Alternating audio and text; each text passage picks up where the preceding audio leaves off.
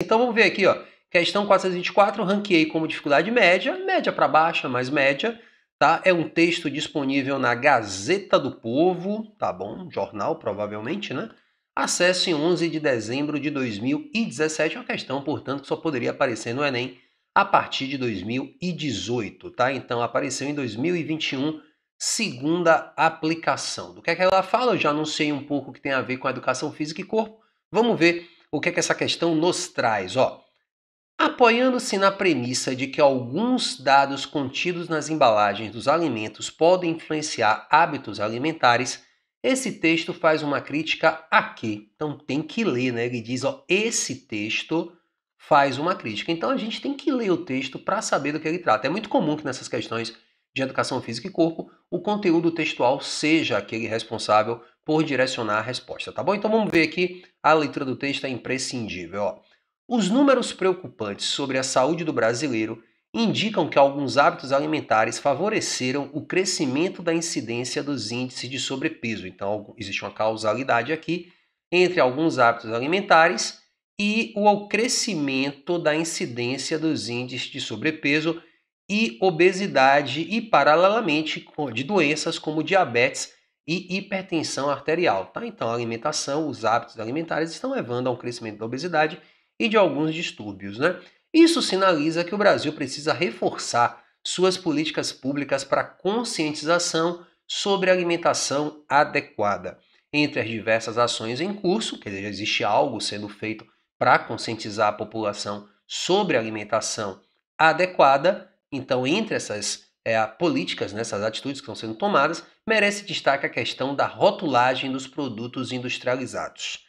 O modelo semafórico nutricional, tá, que vai aparecer aí para vocês na tela, esse modelo que traz, por exemplo, o verde, né, quando o índice é baixo, né, então aí açúcares, por exemplo, 1%, o amarelo quando o índice é médio, né, então aí sódio 6%, e alto, vermelho, consequentemente, o modelo semafórico é um modelo que na embalagem dos alimentos industrializados alerta sobre a composição e o perigo, né, do excesso de certos elementos na composição do alimento. Então, modelo semafórico nutricional que indica as quantidades de ingredientes como açúcar, gorduras e sal na parte frontal da embalagem, de acordo com recomendações de consumo diário adotadas em alguns países da Europa e os Estados Unidos, ou, não existe outro modelo, além do modelo semafórico, o modelo das figuras geométricas na cor preta. Esse modelo eu particularmente vi, né, numa viagem que eu fiz agora no final de 2021 e início de 2022 ao México. Então sempre que eu pegava, por exemplo, eu lembro de pegar um Doritos, né, que é um salgadinho que muita gente conhece aqui no Brasil, e lá, não lembro se o nome era Doritos, enfim, tinha essas imagens, assim, essas formas geométricas anunciando, né, alto teor de sódio, alto teor, então dá uma certa intimidada, né, como propaganda, melhor, como rótulo, né, de embalagem de cigarro, né, que vem aquela advertência ali ao fundo das consequências do uso do cigarro. Então, há essa tentativa de fazer algo com os alimentos, ou adotando o modelo semafórico nutricional, ou o modelo das figuras geométricas, com inscrições como alto em açúcar ou alto em gordura saturada, que também é um modelo adotado no Chile. São duas alternativas que o texto traz, né? Esse seria, segundo alguns representantes do setor, o modelo mais eficiente na transmissão da mensagem ao consumidor. Então, esse modelo das figuras geométricas é mais eficiente do que o outro, por exemplo. Mas cabe a pergunta: mais eficiente em informar ou em aterrorizar? Então, um texto que se manteve muito neutro, né, durante boa parte dele, e no final ele dá ele se posiciona, né? A voz textual se posiciona. Não aparece aqui na referência bibliográfica qual o nome do articulista, né? Isso parece ser um artigo de opinião que talvez aí se prolongasse, não dá para saber se o texto foi cortado. Mas no final a gente tem essa quebra do caráter tipicamente informativo e a adoção de uma voz mais, eu diria, argumentativa, porque ele acha que isso não é informar, isso é aterrorizar, tá bom? Então a gente pode até discordar da voz textual, mas o que é que ele pergunta, enfim, na questão? Apoiando-se na premissa de que alguns dados contidos nas embalagens dos alimentos podem influenciar hábitos alimentares, eu acho que influencia também, né? Você vê aqui, você diz, nossa, não vou pegar isso não, isso é muito pesado. Esse texto faz uma crítica ao quê? Então esse texto faz uma crítica ao quê em específico?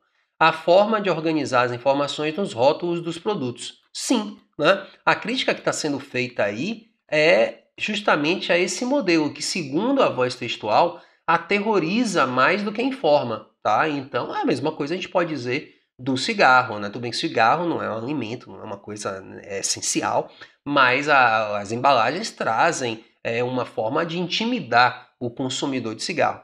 Então a crítica que é feita, logo a letra A diz, né, coloca aí pra gente a resposta, mas vamos ver por que não as outras. Geralmente os candidatos e as candidatas, quem vem aqui pro canal, tenta descobrir, pô, eu não marquei outra letra e não entendi o porquê de ser falsa. Então vamos ver. Ó.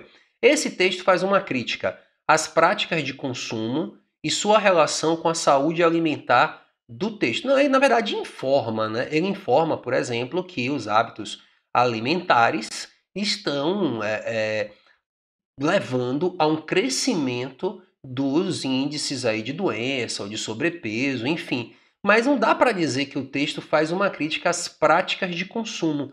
Ele não coloca, é uma questão que eu acho que deve ter levado muita gente a marcar, né? Mas ele não faz essa crítica às práticas de consumo. Ele diz, olha, o brasileiro consome mal, etc, etc. Ele estabelece uma causalidade, mas essa parte mais informativa do texto, logo no início, tá bom? Então, se foi sua dúvida, espero aí ter sanado.